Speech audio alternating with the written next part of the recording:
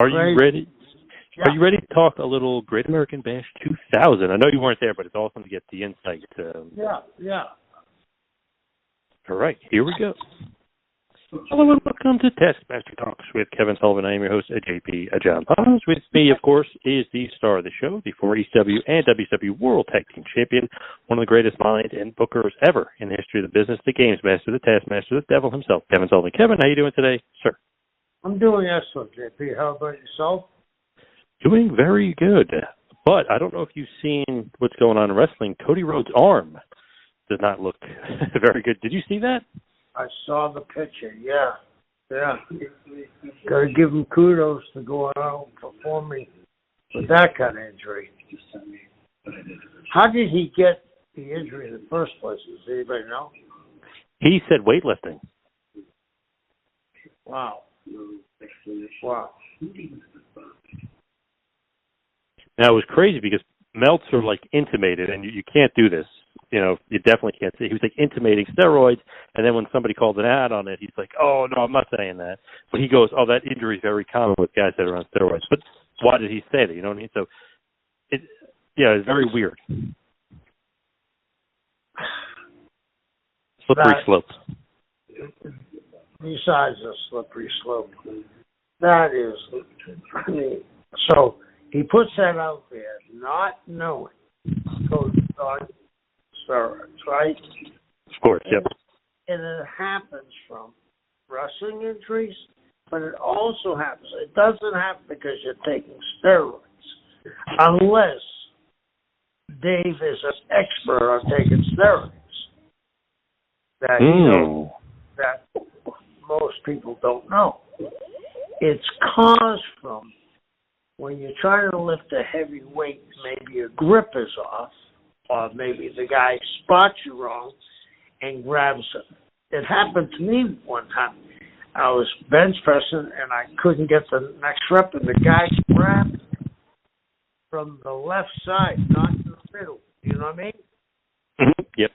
So all the weight went on to my pec, and I didn't tear my pec, but it was black and blue like that. So unless Davey has become an expert on steroids, I don't know if I'd say something like that.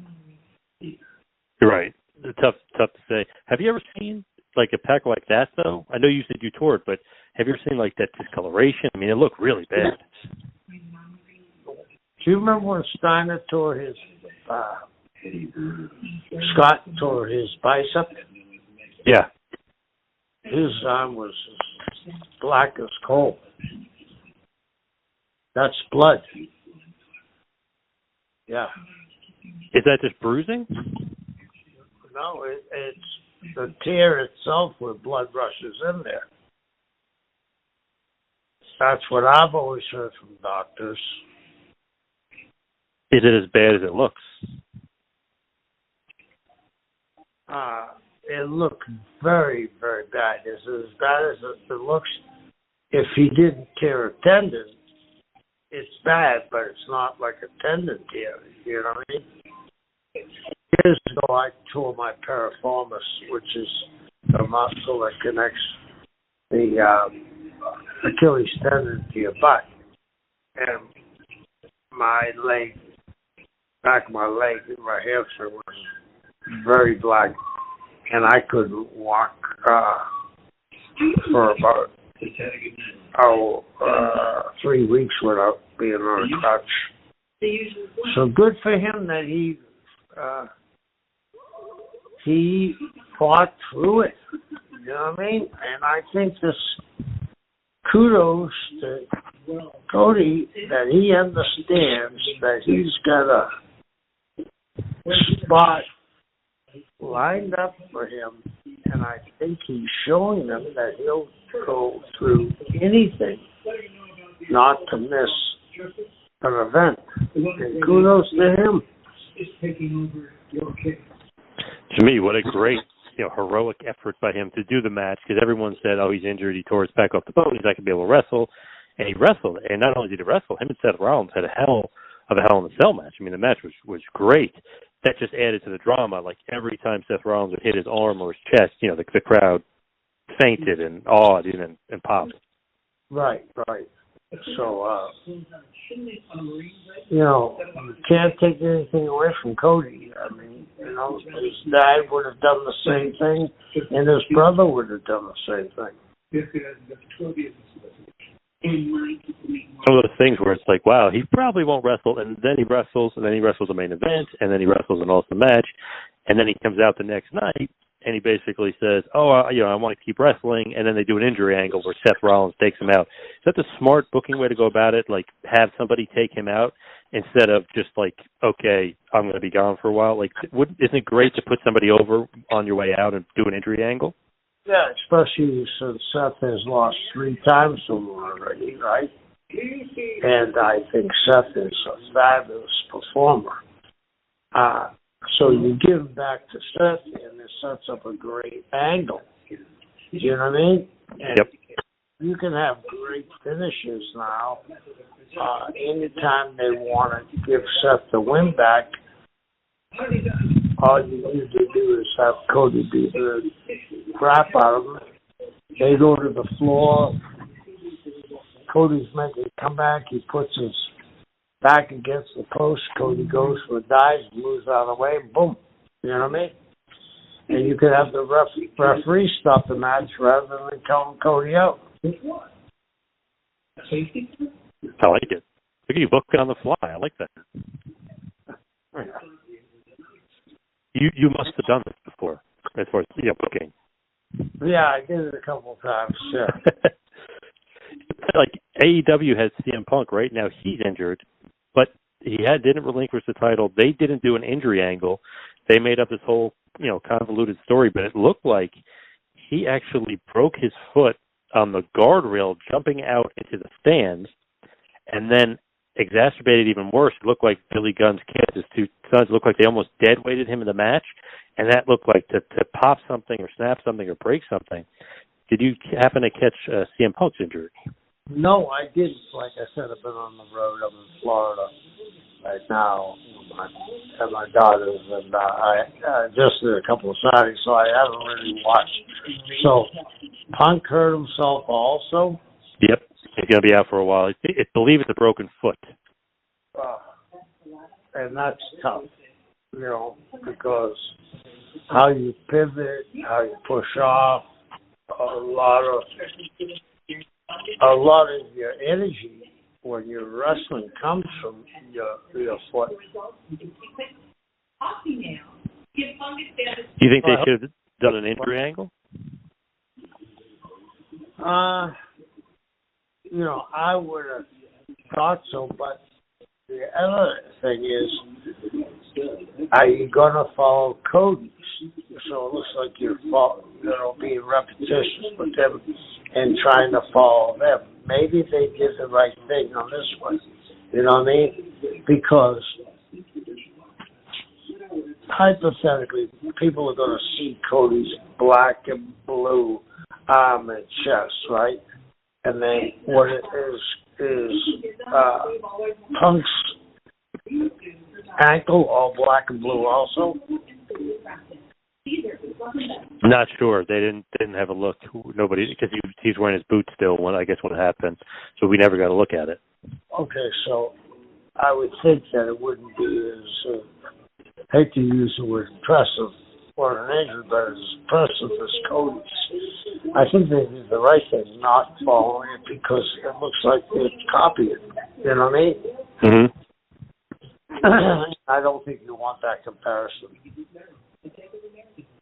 And Tony and Punk are very smart guys, and they would have figured out what to do. And whatever they decided to do, to me, would be the right thing, because they're very on top of their business.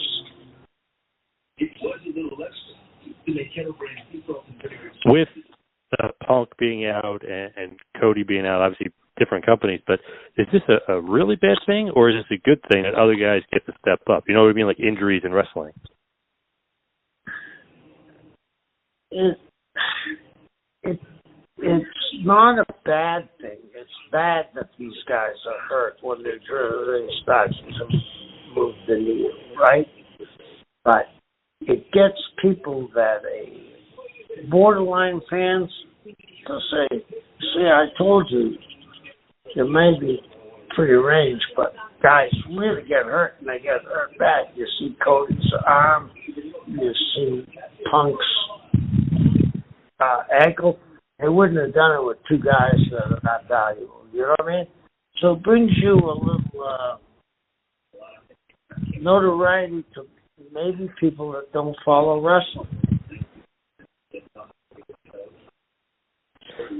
Sometimes I feel like, man, it sucks that the guy's injured, but just like any other sport, next man up, right? I mean, you just got to have the next guy step up. Right. And, it may be a big windfall for some young guy to step up and fill in the spot right now. Now, let's go back in time and talk about the subject of today's episode, WWE Great American Bash 2000, which was on June 11th, 2000, Baltimore, Maryland, at the Baltimore Arena. The attendance, 7,031. The tagline, a battle of heroic proportions. The pay-per-view buy rate, only $85K. So I know you're probably swimming, surfing, and fishing at this point, right? Yeah. Yep. Are you paying attention to the product? Like, do you talk to JJ or maybe somebody there that's like to tell you, "Yeah, not doing so good right now, Kevin"? I was talking to JJ a little, but I really wasn't paying attention to the product. I had just get ready to build the gym from the ground up, buying equipment, going to the site every day, so I wasn't really into it. But that doesn't mean that I wasn't dropping in once in a while to see how they're doing. With 85K buy rate, obviously they're not doing well there. They're down from a few months earlier when they did over 100K. It just seems like, I don't know, whatever they're kind of throwing out there isn't working, and Goldberg is going to be returning from injury on this pay-per-view. But here's the weird thing. He's not booked in a match. So it's like, okay, he's returning from injury. They're kind of teasing him. Like, I don't know, if you were the booker, would you, like, okay, Goldberg's back, let's put him in a big match? I think I'd try to get the most out of him as I could. If you have to realize you're in a down period, and you're on a down slide. You want to do something to stop that and maybe give you a momentum to go forward.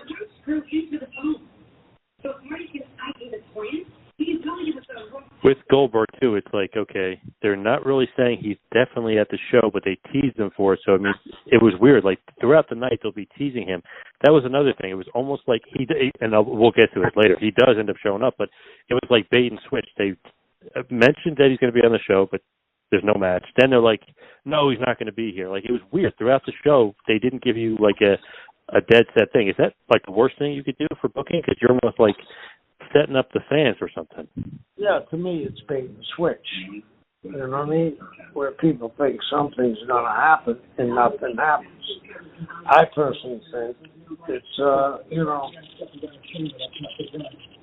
buy this car and you got a picture of it, Mercedes, and then you give them a Renault that's beat up. I don't think that's the smartest thing to do. So utilizing Goldberg, who's probably your number one guy, would be or should be number one, like your number one focus, right? Yeah, absolutely. So here, obviously, we're in the midst of the Russo-Bischoff regime, which doesn't seem to be paying off so well. I mean, it just doesn't. Were you getting any sort of, like, maybe some of the boys calling you or something? They don't really mesh well together. No, I wasn't. I think that during this period, not that I was reaching out anyway, but I think guys were trying to see where the cards would lay.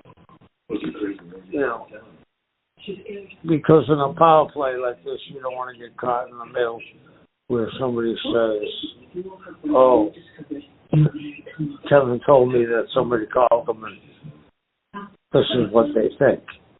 Yeah. And it isn't fair to Eric or Russo.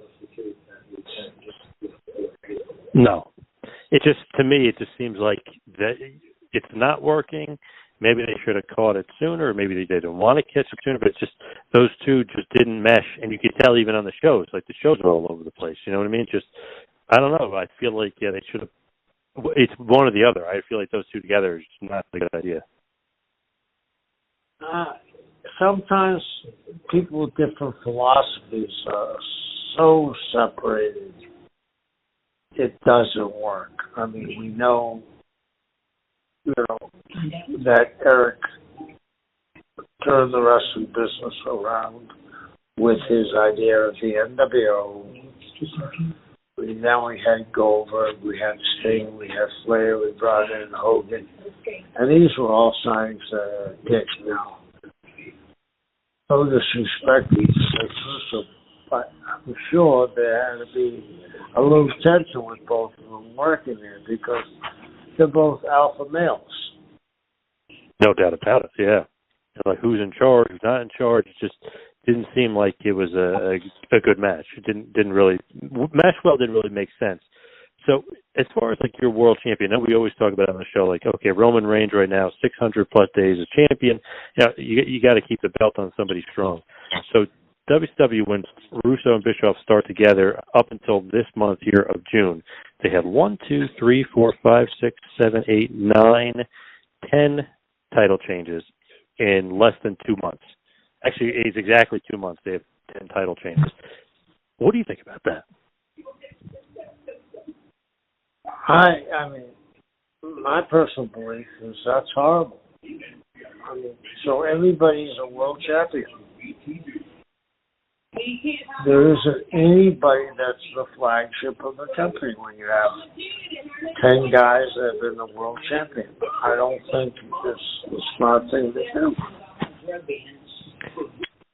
It just seems like all over the place. Like Jarrett is 4-time champion within those 2 months. So he's losing it, winning it, losing it, winning. They'll vacate a title at one point because Flair beats Jarrett. Russo doesn't like that, so he strips Flair. Then Jarrett wins it back. He wins a no-holds-barred match. Then Nash would beat Jarrett. Then Flair gets handed the title by Nash. Then Jarrett beats Flair on Nitro in Salt Lake City. So that's all kind of leading up to this show where Jarrett's champion is going to fight Nash in the main event. It's like when I said it, you think like, wow, that's kind of way too much. Like Jarrett wins, he loses, then Flair's getting stripped of the title, then Nash is handing him a title. It just seemed like a merry-go-round. It's worse than that. Nobody should be a champion 4 times in 3 months or 4 months. It just belittles the championship belt. It absolutely kills it. What did you say? Roman Reigns has a belt now for 608 days? 50 years. Yep. They try to get back to sensibility, it looks like. Good for them. I like that. I just can't believe, it's like, okay, if they want Jarrett to be the guy, he's the chosen one. Like, he should have had the belt for all those months leading into, wherever they want to go next, whether it's Booker T or whoever. But then you got DDP winning the title, then Arquette wins the title, then Flair wins it twice, Nash wins it twice. I mean, it was just like a merry-go-round, and it almost was like, okay, we're just trying to get ratings because most of those title changes were on Nitro and Thunder. So it seemed like a desperate attempt for ratings, right? Yeah, without question. That's what it was. It was. Back in the day, they called it hot shotting. It was, let's throw something against the wall and let's hope it sticks. Do you think that's the worst way to kind of go about it? Because in the long run, you're going to hurt the product. In the short run, I know you're trying to get power rating or whatever, but isn't that going to hurt the product in the long run? Yeah, I think it does. And I think you need to go back to what got you at the dance. Exciting young guys that can fly, that the luchadors, and Eddie Guerrero, and Malenko's, and very good bunch of tag teams, and then charismatic guys on the top. It takes a while to do that, but throwing it, shit against the wall, hope it's stick. I've never seen it work. So as far as the show is concerned, the pay-per-view, Mark Madden, Scott Hudson, and Tony Schiavone are on the call. I actually just talked to Scotty Hudson. I interviewed him. He's doing great. He's got his government job. He seems to be doing pretty good. He's a great guy, and I thought he was very talented. Do you like Mark Madden? I know we talked about him before, but did you like him? Did you get along with Mark? I like Mark. I think he's a controversial guy, and controversy, what Eric's tagline was, controversy draws cash or something like that, right? Yep, controversy creates cash. So I like Mark very much because he was also a legitimate sportsman. Yeah, true, and radio host, yeah, for sure, big time. And you're like mine, have you ever come across, a star like Goldberg, but you didn't have a book for the show? Has that ever happened to you where you're like, I might get a book a big name for a show? Not that I recall. And why would you have him on the show and not use them? And having him on the show and not use them and he's there makes you look lame, in my opinion. So Tony Schiavone, like I mentioned, Scott Hudson and Madden are on the call. They're mentioning to us that Goldberg is supposedly in the arena, but they're not sure. So it's weird. They kind of keep teasing it, like I mentioned, which I didn't kind of care for too much. But the first match is Lieutenant Loco, a.k.a. Corporal Cajun, a.k.a. Lash LaRue, with the Misfits in action, ends up defeating Disco with the Filthy Animal, and this was a Cruiserweight Championship match. Lash LaRue gets the victory in about 5 minutes. Okay match here. Nothing too crazy or nothing wrong about, but what do you think about Lash? I thought he was a very young, talented guy. I thought he was going to have a long, successful career. Very nice guy, too. Bruno in with the Filthy Animals like Conan and Ray and Hoovy and Tigress. Did you think he fit, or do you think there was almost a jokey thing of putting him in the Filthy Animals? I thought Disco was a very talented guy, and I thought he was misplaced. Again, that's just my opinion. I mean, he could have been groomed to draw a lot of money. Because he was a smart guy, too. And he was smart enough to know that the Disco thing wouldn't last forever. And he could switch into something else. But it was like you said, they almost used him for comedy.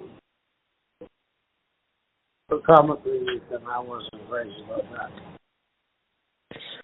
Also, Juventud is kind of being a bit of a comic relief. He's the juice, making fun of The Rock. He's doing all the eyebrow stuff. He's talking like The Rock. Do you like that, or you're imitating a bigger star? No. I think it takes away from the biggest star, and Ruby was such a great talent. I think it took away from him. He could have been on. He didn't need that to draw money. Ruby and Ray's matches. Let's go back. How many great matches did they have? How many great matches did he have with Malenko? How many great matches did he have with Kidman? He didn't need. They didn't need to make him comical. Also during this match, they do a comedy spot where this old guy comes down in a military uniform and Major Guns, who obviously is this beautiful blonde with, a big set of you-know-what, comes and gives the guy mouth-to-mouth, and all of a sudden he's revived and he didn't have a heart attack. do you like just cringe at stuff like that? I mean, it's an attempt at comedy, but just I don't know, it just seems so out of place and silly for WCW. I cringe at it now. There's a lot of people that like comedy. I cringe at it. I like serious movies. If I wanted to go see a comedy, I go and I watch a George Carlin special. I want if I'm going to see something, I'm going to watch the best of it. To me, Carlin's one of the greatest, along with Robin Williams and Richard Pryor. I don't want to see what's the new kid on that show Rogan's friend that used to be the fighter in comedy. He's horrible. Oh, I don't know why I can't think of it. Brandon Sharp. Oh, Brandon Sharp. Yep. Yeah, it's horrible. You know. Yeah. So if I want to see some comedy, I want to see the best. I don't want, it just waters down the product. You have to have a direction of what you want your film to be. It can't be all things for all people. So even more comedy is they kind of give Mean Gene this gimmick where he's like a shit stirrer and he curses, and like when he's interviewing the guys, he doesn't take no bullshit, which is always kind of his thing, but now he's kind of over the top doing it. So they basically like enhance his character almost into more of like a comedy role. Do you like that for Mean Gene? Do you really think that's necessary? I thought Mean Gene doing it subtly got over much more because Mean Gene was that kind of guy. He was very humorous, but he was did it in a subtle way. And he could have maybe ratcheted it up a notch. But Gene was so talented, I don't think that made him, And if it was real, if you had a crazy heel, wouldn't that crazy heel eventually grab Gene? Funny, these guys, WW Deep Cuts online, they always post stuff, and I found like an old Mean Gene thing. It was him interviewing Jimmy Hart backstage, and he's, his normal Mean Gene self, but he's sneaking in the very subtle one-liners, like making fun of like stuff that Jimmy Hart did in the past and who he sung with, and hey, how come Rick Springfield doesn't talk to you anymore? Like, stuff like that. But it was very subtle, like very Mean Gene. Yeah, and that's what Gene was very good at. Now, why would you make him that out heel was beyond me. That's this is right, but that's my opinion. Yeah, this was weird. Like he's cursing and stuff. It's just, I don't know, it just didn't fit him. I agree with you. So the next matchup, Chronic, Brian Adams and Brian Clark defeat the Mamalukes, Big Vito and Johnny the Bull, to determine the number one contenders for the WCW Tag Team titles. The match goes 9 minutes. Okay match. I like Chronic, Brian Adams and Brian Clark. But I know you don't like the name Mamalukes for Vito and Johnny the Bull. You could do that today, could you? No, probably not. Probably not? No, definitely not. Yeah. Yep. Yeah. So why do something that's offensive? Is it going to get heat with a certain demographics? Maybe they won't turn back in. Or they'll flip the channel when you have the Mamalukes on. That is true.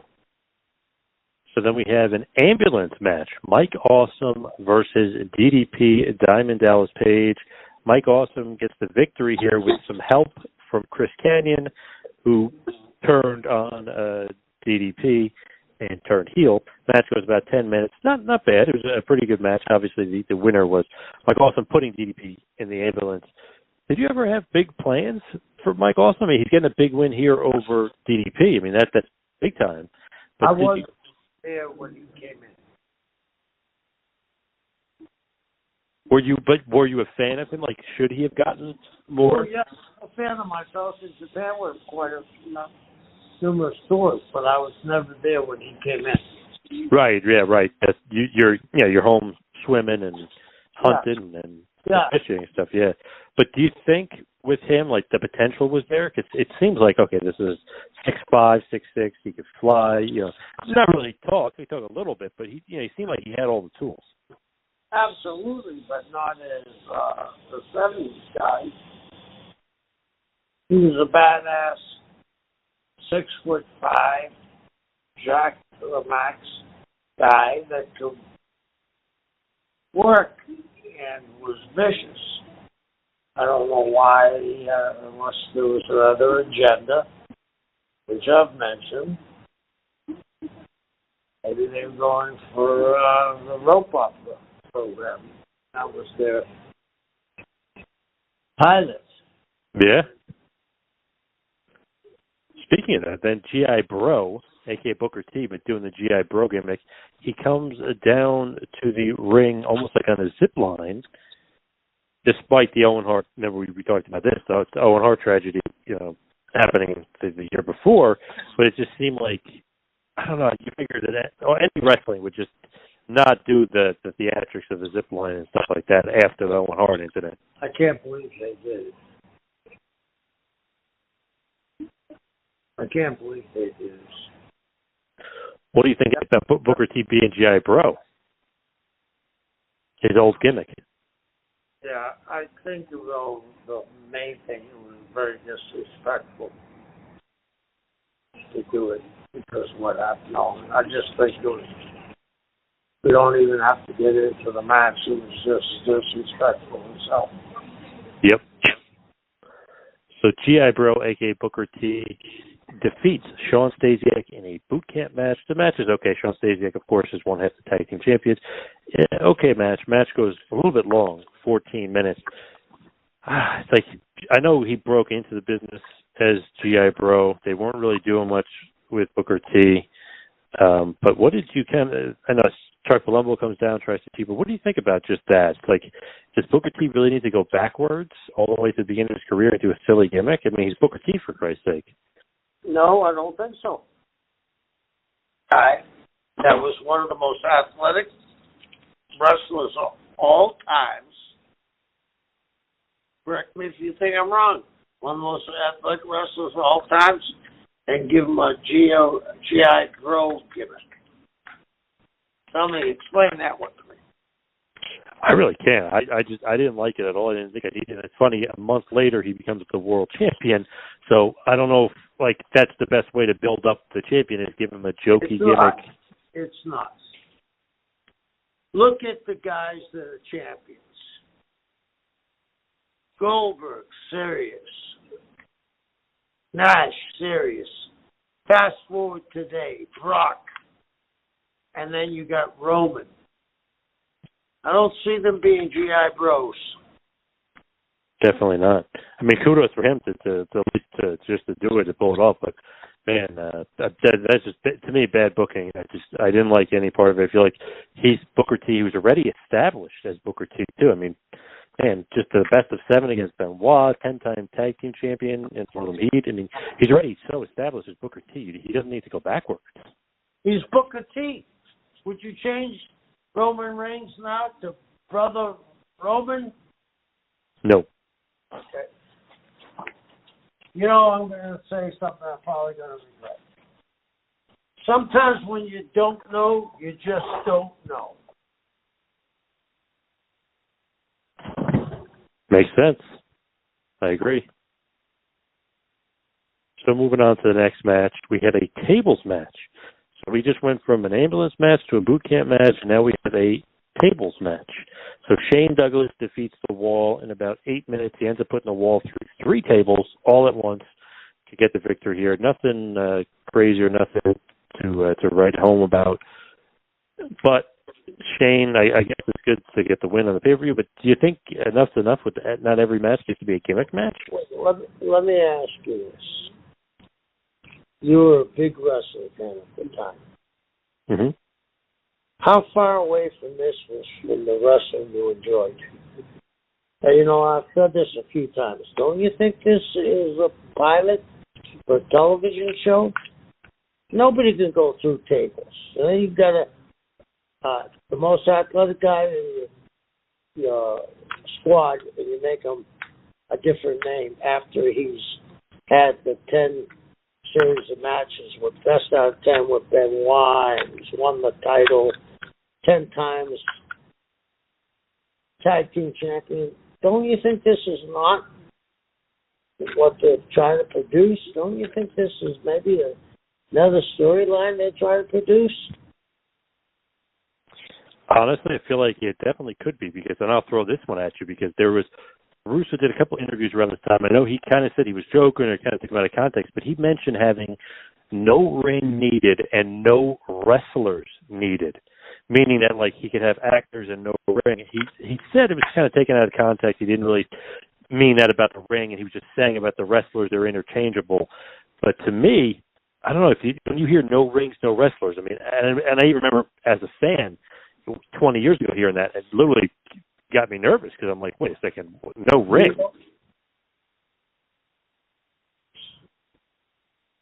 If she says that he was out of context, okay. But in my head, maybe I'm too old school. That's blasphemy. How do you want to have wrestling matches with no ring? Makes no sense. Well, the person that said this became the world champion. They didn't get that much heat over it. If Darcy had done that, or Flair had done that, and he did do it, there would have been massive amount of heat. There was still been talk about. They talk about I can't even remember his name, the movie actor that won the belt. David Arquette. He had enough respect to give Pillman's wife his payoff, right? Yep. Shouldn't we respect, unless you have no respect for our profession, should you want to respect our profession? And I do believe, like I've said on many occasions, comedy has been in our business since probably the 40s or late 30s. There's a place for it. But you don't say you don't need a ring of wrestlers. That means you want to put out a television show. That floored me. I remember even years ago, like, wait, like, no wrestlers? Like, what do you mean? You're going to get actors? Like, that doesn't fly with me either. You know, like, that's not a good idea. No. And the crazy thing is, Russo, he used to be a huge mark. He went to WrestleMania 4, or a big fan, I guess you could say. He went to WrestleMania 4. He went to WrestleMania 5.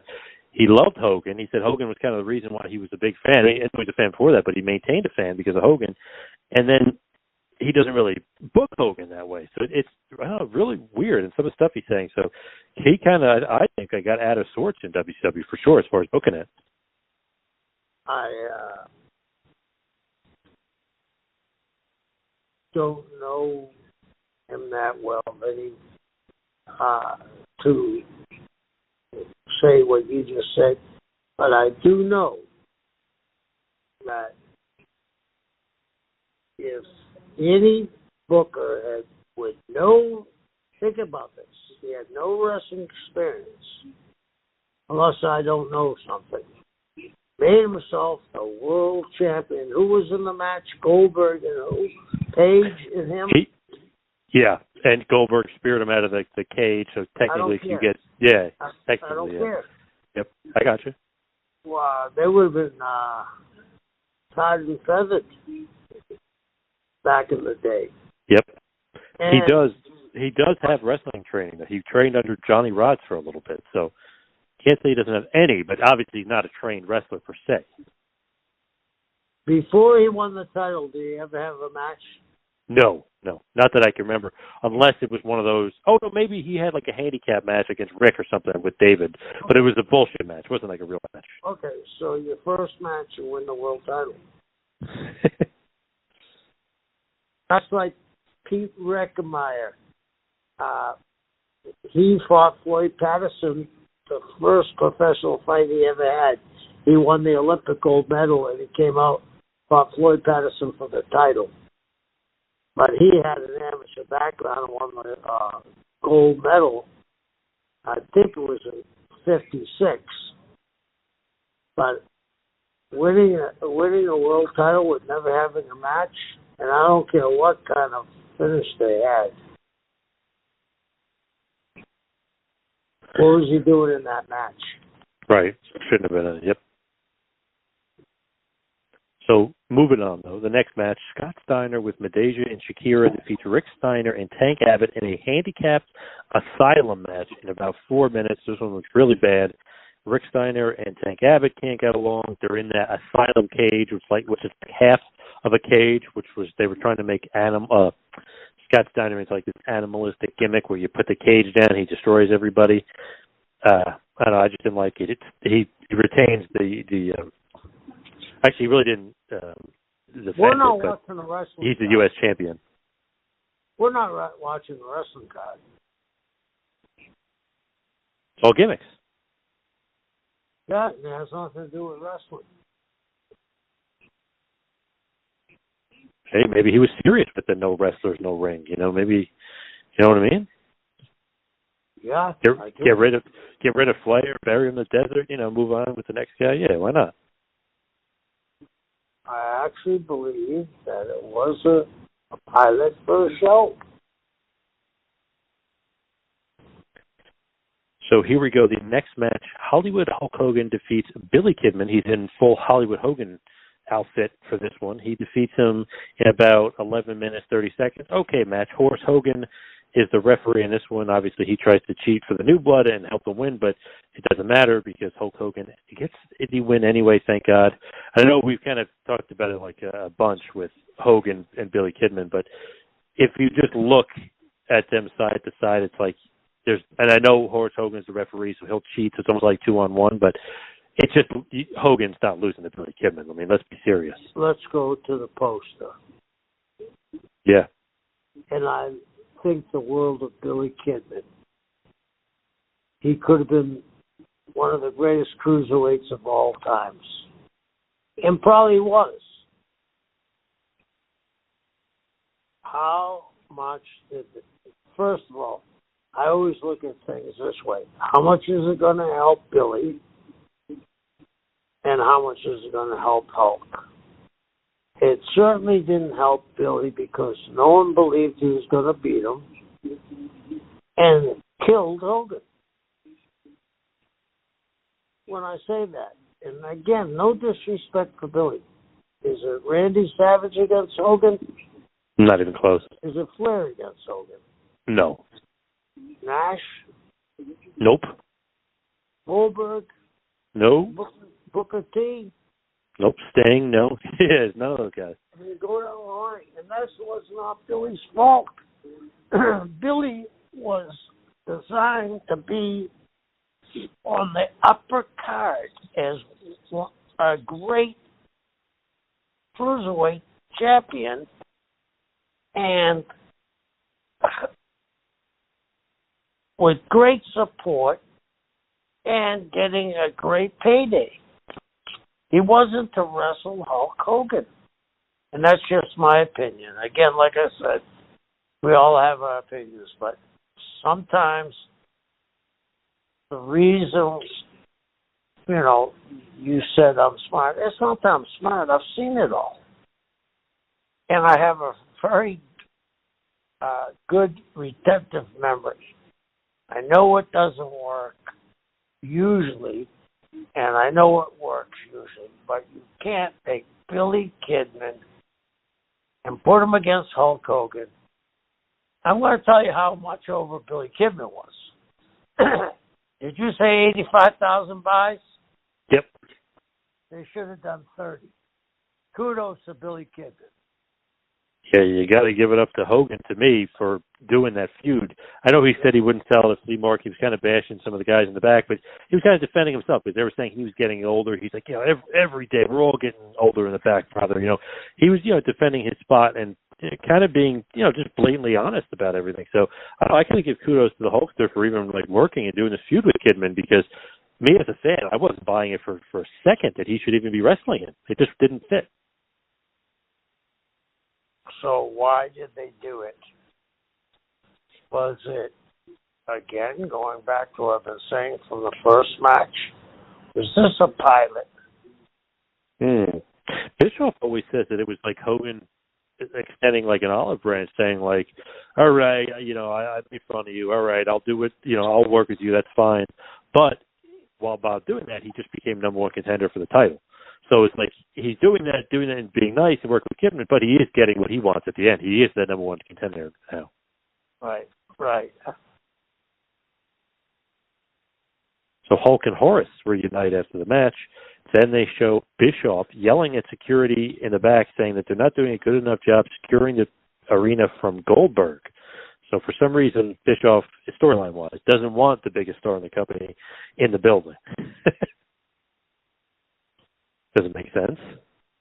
Oh, and I'm going to stick up for Eric here. I don't think that Eric had the stroke at that time. When they brought him back, it was make sure it doesn't go completely off the rails. Because Eric's a very smart guy. So I got to stand up for Eric on this one. And this isn't knocking anybody. If you have that position, you're going to try to do what you feel is right. So maybe he thought that going a completely opposite direction was going to jumpstart the thing again. And I don't fault him for that, but it does say wrestling on the marquee. I agree. The next matchup, Ric Flair defeats David Flair with Vince Russo in his corner via submission in about 10 minutes. Not really that bad a match. Obviously, Rick is completely carrying David, but interesting to note, in the crowd, Reed Flair, and making her pay-per-view debut, really Reed made his debut here, but making her pay-per-view debut, Ashley Flair, a.k.a. Charlotte, is out there in the crowd. Yeah. Yeah. I knew both of them, Reed. I've known all of Flair's kids, but Reed and Charlotte I knew really well. I used to think there was they'd come down to see me, Rick and his wife and the kids, and I would take them out my boat and I'd take Reed and I'd give him a mask and flippers and I'd grab him by the hand and I'd go take a breath and I'd pull him down to this wreck of like a 20-foot boat, and there was a nurse shark that lived in there. Nurse sharks are living sharks that don't have to keep moving. And he lived like underneath the console. So I brought him down there and I grabbed the shark by the tail, which isn't smart because the nurse shark can't turn around. Only the one that can turn around touches tail. And he came, he wasn't going to bite. And Reed went up to the top and he told his dad, and his dad laughed. They were wonderful kids, and I never thought in those days that Charlotte would be who she came out to be.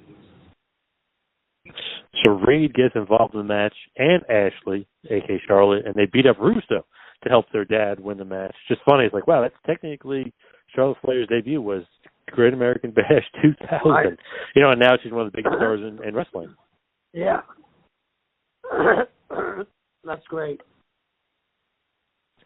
So here is probably the worst match of the night, which is crazy to think given the two names that are involved. But Vampiro defeats Sting in a Human Torch match. Match goes about 7 minutes and 30 seconds. The thing is here that Sting gets set on fire, but it ends up not really being Sting. It's really a stunt man. But they pretend Sting is basically set on fire. The more you talk, the more it sounds like this is a pilot, doesn't it? You got stand-ins, you got stuntmen, you got three tables, you got children involved in the wrestling match. This is the furthest thing I've ever heard from wrestling. Isn't that crazy? And it's not even, I mean, you're burning the guy on fire. No, WWE did it with Kane Undertaker, but Kane actually gets set on fire. They lit his arm on fire, and obviously, he ran to the back, or they got the fire extinguisher or whatever, but this was like, he falls off a high thing, and it's just so bad. It obviously wasn't Sting. It just looked like a guy dressed up as Sting. It was really bad. It was one of the worst, stuntman things I've seen. Right. And then he fell onto a mattress. It was really terrible. So would this even come close to looking like the NWO coming in against the Horsemen in the dungeon, Goldberg going through people, Booker, Harlem Heat going through the great tag matches, Eddie versus Chris Benoit, Dean Malenko versus Rey Mysterio, Conan versus maybe Sting. Does this resemble anything like that? No, definitely not. So, let's get back to this. Was there an ultimate design to stop wrestling? It's very weird. What better people could you pull it over when the company that owns it, discounting Eric Bischoff, the North Teller, doesn't know anything about wrestling?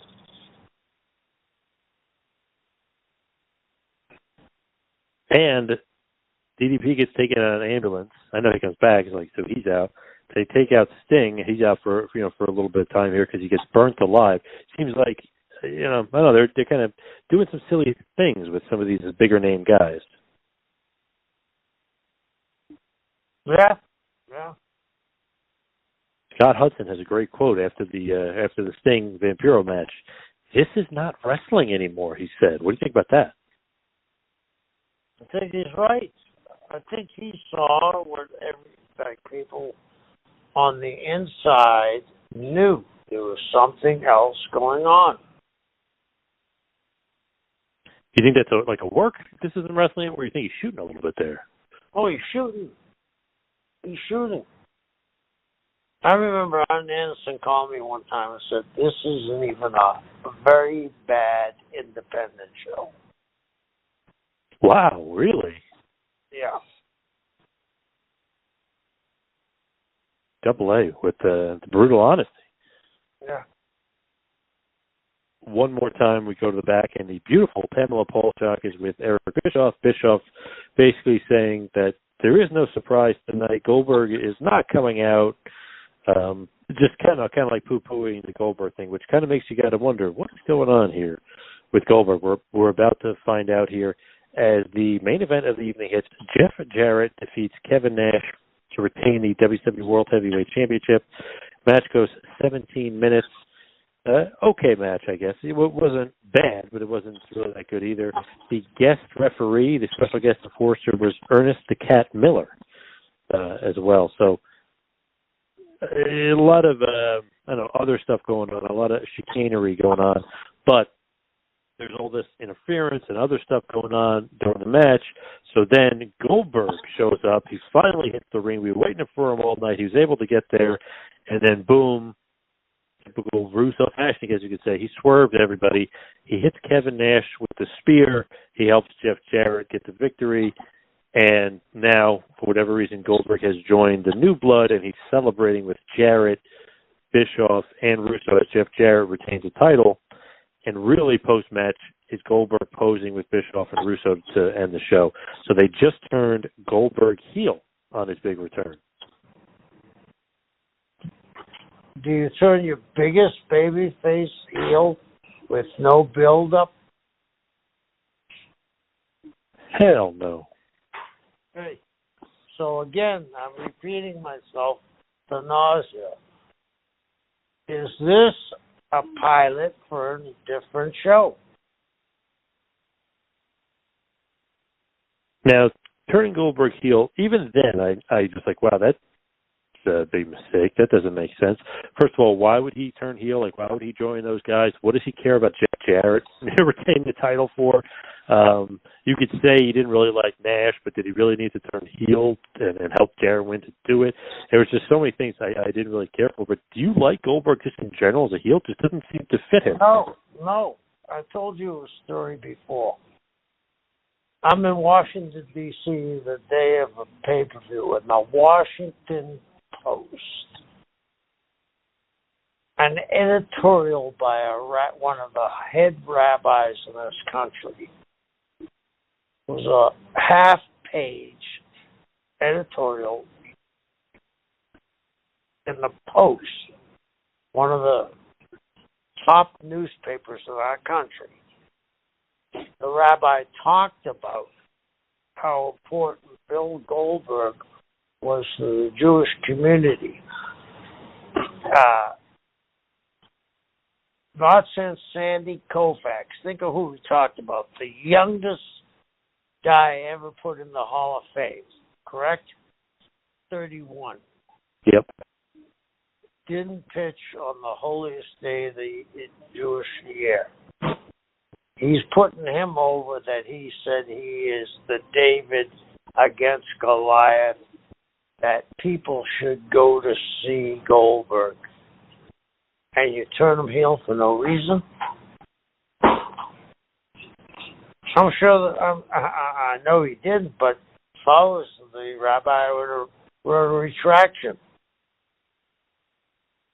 Right.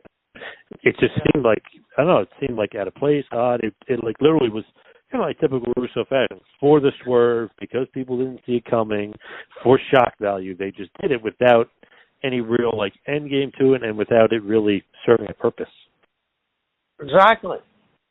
There was no purpose served. Like when you turned Hogan heel, this should have had, like, whenever Goldberg turned heel, it should have had, like, that big of an impact, but, like, that sort of vibe to it. Like, it actually felt real important. This felt like, oh, they're just trying to, you know, do shock value for no reason. Right.